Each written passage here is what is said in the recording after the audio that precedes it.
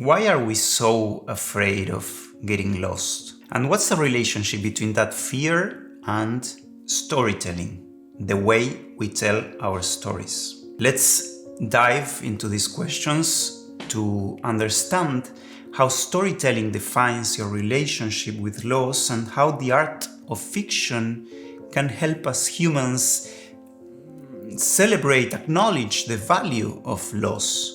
Is there any value in loss?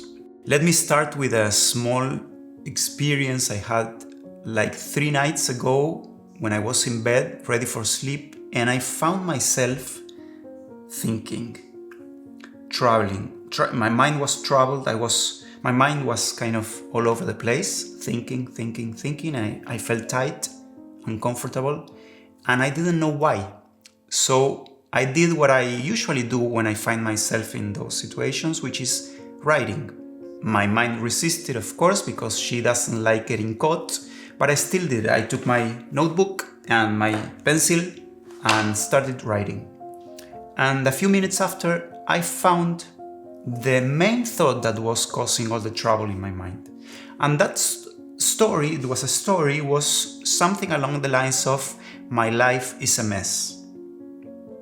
I should be living a different life. My life should be different. I should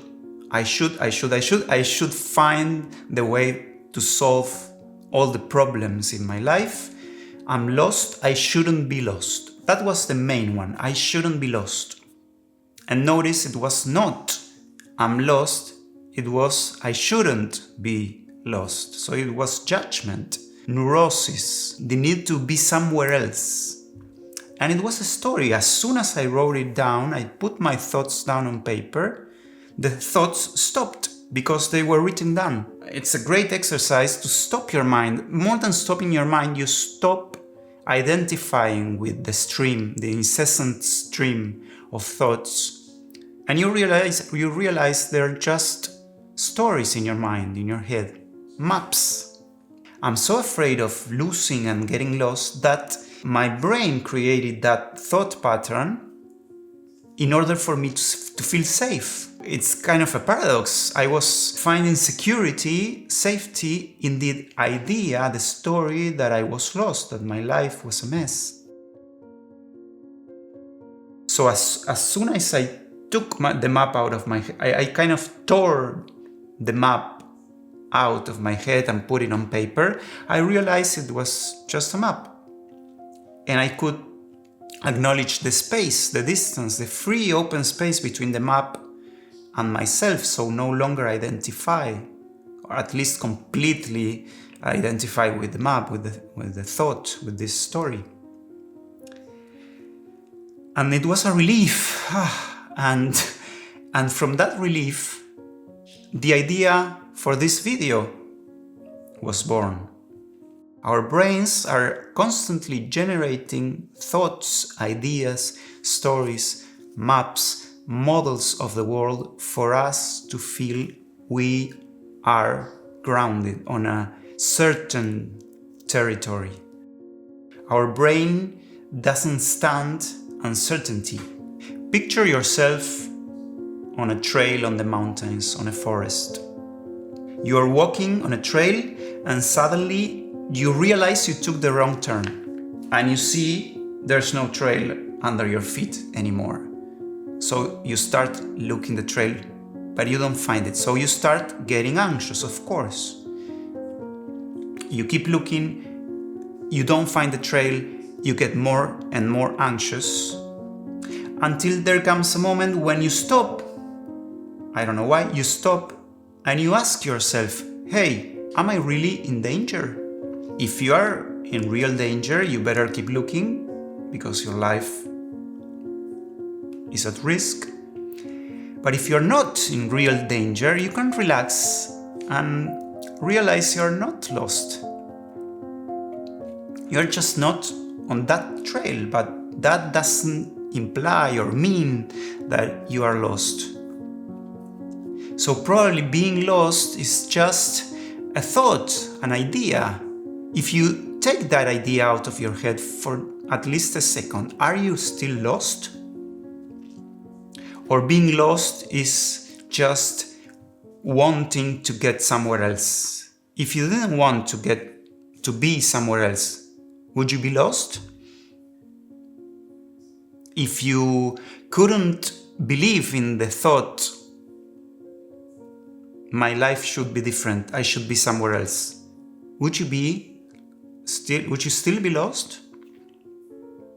So stories, the power of storytelling in our heads. Storytellings are all about making us feel safe, making us believe we have a map. We are stepping on solid ground. But what happens when we realize maps are just maps? Boom. I think the day after this little experience in bed, I watched the second episode of Mad Men. I'm rewatching Mad Men, I think, for the fourth time. It's a series that I love. There's a moment where the main character, Don Draper, and his wife, Betty, are driving back home from dinner with friends. Well, let me tell you what the series is about. In case you didn't see it, you should see it, but let me tell you, it's about an advertising firm, a company, during the 60s.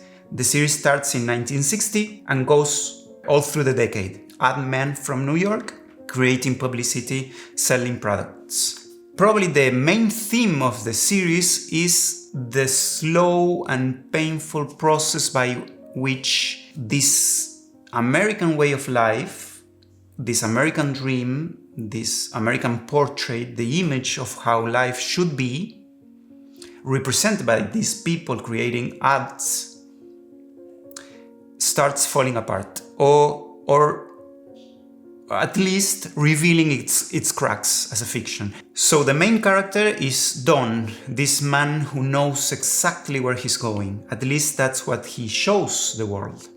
This charismatic, charming, attractive, and successful leader, the creative director of the firm, regarded by the others as the best in the job, confident, assured, and an authority figure, a man who seems to have everything under control, at least in the surface.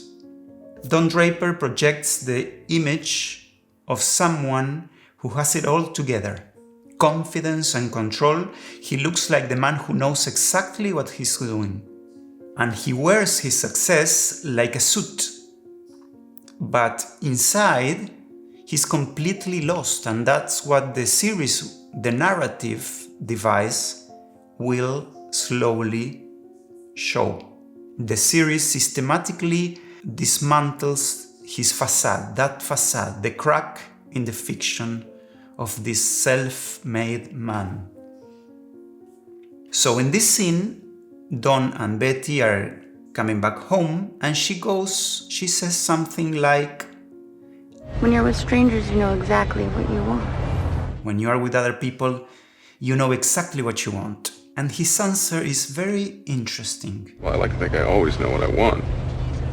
Well, I like thinking I know what I want. Notice the nuance, the subtlety in the sentence, how it's written. He doesn't say, I know exactly what I want. He doesn't even say, I think I know what I want. And he doesn't even say, I like thinking I know what I want. He says, well, I like thinking I know what I want. See all these layers of doubt? Well, I like thinking I know what I want. So 3 layers of doubting. The whole series live in the gap between the I know and the well, I like thinking I know. In that gap, in that doubt expressed in that sentence, we can see a fractal of the whole series. The seed of this cracking of the facade, the mask of this character. We can read the whole narrative of the series as the struggle between the reality of his lostness, his falling apart, his inside falling apart, struggling against his constant intent trying to look like he's got it all together. In that tension, the whole series finds its fountain of poetry.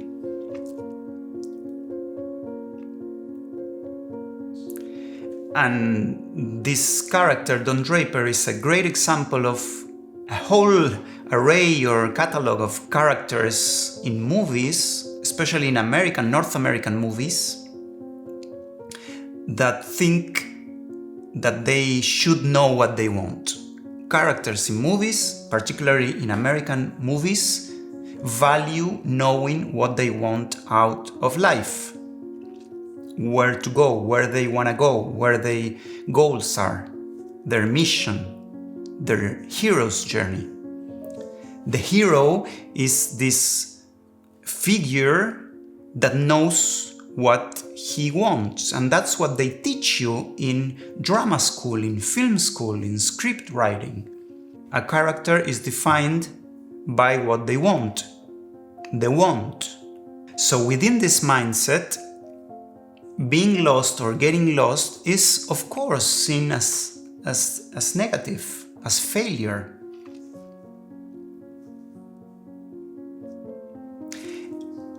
And this comes again from a survival mechanism. We are programmed, designed to constantly create these models of reality, these maps, and for our brains, the feeling or the idea of getting lost or being lost represents a threat to survival. It's a survival mechanism. It's a conditioning of the species. Getting lost, at least for our unconscious minds, equals dying or the possibility of dying. That's the archetype. The series Lost is about survival in this desert island. The desert island could be like an archetypal image or place of being lost, but more than lost, isolated. Probably more than the desert island, the forest is an archetypal place or image where characters go to lose their self-image and transform. Because losing and getting lost is probably the condition, the prerequisite for transformation. We also have the desert as another space or archetypal place where characters get lost. And think of the movie Mix Cut Off from director Kelly Reichardt about these pioneers during the gold rush traveling from the east to the west to find gold and getting lost in the desert. Think of Jerry, director Gus Van Sant, where these two characters played by Matt Damon and Casey Affleck get lost in the desert. Both are survival narratives. We could make another video exploring all these spaces, places, images, archetypal images, and the different meanings they have, the island, the forest, the desert. But let's now talk about Rebecca Solnit and this book, A Field Guide to Getting Lost. This is the Spanish version. I have it in Spanish here. In English is A Field Guide to Getting Lost. It's interesting that in the translation they added the word art. If I translate it back from Spanish to English, the title would be A Guide About or On the Art of Getting Lost. It's a very interesting, profound book. I love this book. I read it a few times. And it's an amazing book written in a very particular way. It's as if she got lost in writing. And as you read it, you follow her in a very free associative process, as if she got lost in the forest of writing. She talks about the explorers, Spanish explorers in the 16th century that went to North America to explore the continent, and how they got lost in this continent, this huge continent, and many of them didn't come back, didn't make it back to Europe, so they couldn't tell the story. So there's a moment in where she speaks about that. Let me find it. I lost it, of course.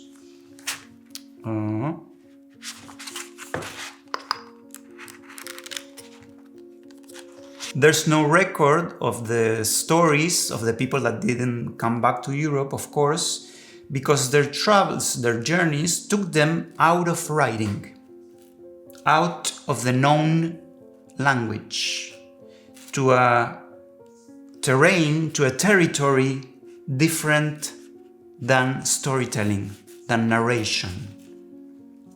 When we come back home, we tell our story in order for us to keep being the same person that left. So we transform in our journey, but not so much that we don't recognize ourselves. So in a way, we can say that when we live something, when we experience a new experience, when we live something new in our lives, something that transforms us, we come back home, and home being a concrete space with concrete people, or home being our own identity. So we tell the story to others or to ourselves in order for us to recognize who we were before traveling. Otherwise, we couldn't capitalize the experience for this identity we are, this persona, this personality. If we get too transformed in an experience, we don't make it back. We cannot come back home and tell the story. So probably we tell stories in order for us to bring the unknown into the known. That's what she tells about scientists and the difference between science and artists. Let me get the quote. Certainly for artists of all stripes, the unknown, the idea or the form or the tale that has not yet arrived, is what must be found. It is the job of artists to open doors and invite in prophecies, the unknown, the unfamiliar. It's where their work comes from. Scientists too live always at the edge of mystery, the boundary of the unknown, but they transform the unknown into the known, haul it in like fishermen. Artists get you out into the dark sea. While scientists tame the unknown into the known so we can use it, artists take you out into the dark sea. Storytelling is all about coming back home. Think of one of the most important stories, probably one of the most important stories in North American culture, The Wizard of Oz, is about a young girl trying to get back home to Kansas. She gets lost in this crazy universe, and all the narrative is about her trying to find its way back home. We tell stories to create home. Home is actually a set of stories, as I speak in the video about the cracks in fiction and the garden, fiction as a garden. Storytelling is all about creating this known place and the ways in which we can go for things and come back to what we know. Storytelling is about creating the maps for our tribes, our families, our societies. We can think of many other stories which main central theme or motive is the need for a character to get back home, from the unknown to the known. That's what storytelling is about. going back home. We could argue that the whole point of storytelling is creating a map of the unknown. That's what our brains do. Our brain's main function is to create stories for us to feel at home. Poetry in a wide sense, not only verse, poetry as an existential gesture, for me at least, is about this torsion or this movement of the spirit towards the unknown, but not so much to bring the unknown into the known, but to jump into the unknown. That's what Maria Negroni talks about when she speaks about poetry and words being these wild animals getting lost, trying to improve the quality of their ignorance. Instead of using words in a scientific way, using words in a poetic way means improving the quality of the unknown, of our ignorance, of our openness. So we free ourselves from meaning, from the tightness of storytelling. Storytelling is very important, but it as a refuge, it's also a prison. Stories are a refuge, but also they turn into prisons. So these poetic movements in fiction or in art in general help us open up to the not knowing.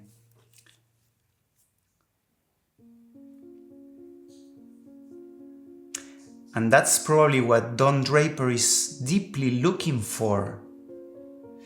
He's trying to hold to this image of the charming and secure man, but inside he's urged by or craving wildness. And that's probably the whole tension that structures the narrative in Mad Men. This struggle between civilization and wildness and poetry. I once was lost, but now I'm found. If, generally speaking, American film teaches us that being lost is a problem to be solved, what Solnit points to is something else. The possibility that getting lost or even losing might be the necessary threshold for us to transform, for transformation, for renewal, for recreation, for discovery. So we need to get lost or loose in order to find revelation and transformation. An example I can think of in film is Antonioni cinema. In La Ventura, for example, there's a plot, but the movie, it's as if it abandons its own plot, as if the narrative forgot its own point. There's this woman that disappears on an island, talking about islands, and the character searching, the search dissolves into this wandering, and there is no resolution. And the movie finds its poetry in that wandering, in that loose narrative, or a story that gets lost. Also, in literature, Roberto Bolaño's stories are an interesting example, with his characters drifting through desert and foreign little towns, the loss of love and having no goal as central for the storytelling, and the possibility of poetry, of finding poetic revelation. As in Raymond Carver's short stories, with all of these unemployed men living after failure, as if they were these Don Drapers, but after the whole storm, the total decay of the American dream. Carver is a good example of how loss is necessary for revelation. Those are interesting examples. Those stories are not about finding the way,